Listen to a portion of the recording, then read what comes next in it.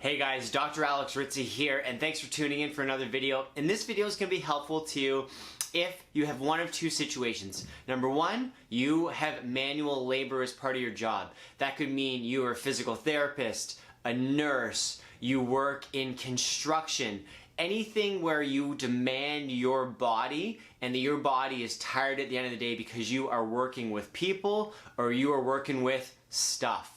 The other type of group this video is going to be helpful for is if you have back pain or pain in your spine with transitional movements, i.e. when you move in a specific direction, you get sharp shooting pain. So a good example of this is if you're doing overhead work or if you're reaching for something, if these type of movements bother you, these exercises can be really helpful. And what these exercises are going to help to emphasize is reducing shear movement in the spine or aberrant movement in the spine where the two vertebrae are maybe not moving properly on top of each other, or when they have some shearing motion, it really aggravates the spine. And this shearing type of motion where the vertebrae want to move in different directions, this comes with that reaching type of motion that you might do as a nurse or in construction, or when you're reaching for something and you get that transitional movement pain. So if you want to see the videos or see the exercise in full, probably best to head over to the Instagram page. We're going to do a small description of them now. With all of the exercises, you should have some weight eventually. You might want to start off without a weight. Here I have a 20-pound kettlebell. It's probably a little bit heavy for me at this point, but it's aspirational.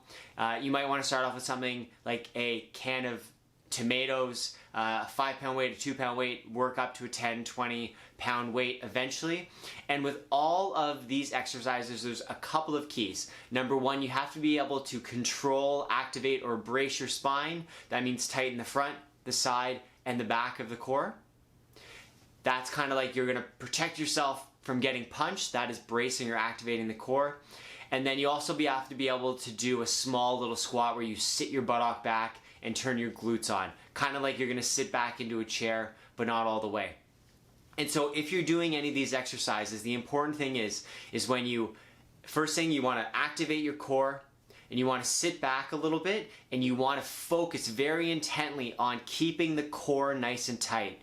And with all of these exercises, when you're focusing intently on keeping the core nice and tight and engaging the spine, that's going to hold the spine nice and steady so that when you start moving that kettlebell around, your center of gravity is going to be moving forward, but your spine is going to stay nice and controlled and nice and stable.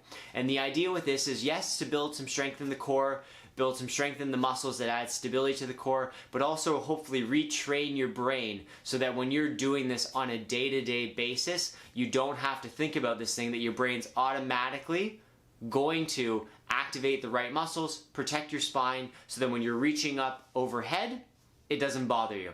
Keeping that spine nice and safe, nice and stable, nice and controlled. And if you have this type of problem with transitional movements in the spine, or you're trying these exercises and you have a job with manual labor and they're not working, that's when you should seek professional help. Could reflect there's a core problem in the spine and that the pain is just collateral damage from a deeper issue. That you're going to need to see a professional for. But I hope these exercises are helpful as always. If you have any questions, comments, concerns, I'm always happy to help. You can leave a message, send an email, or a direct message. And I will see you guys next time. Take care.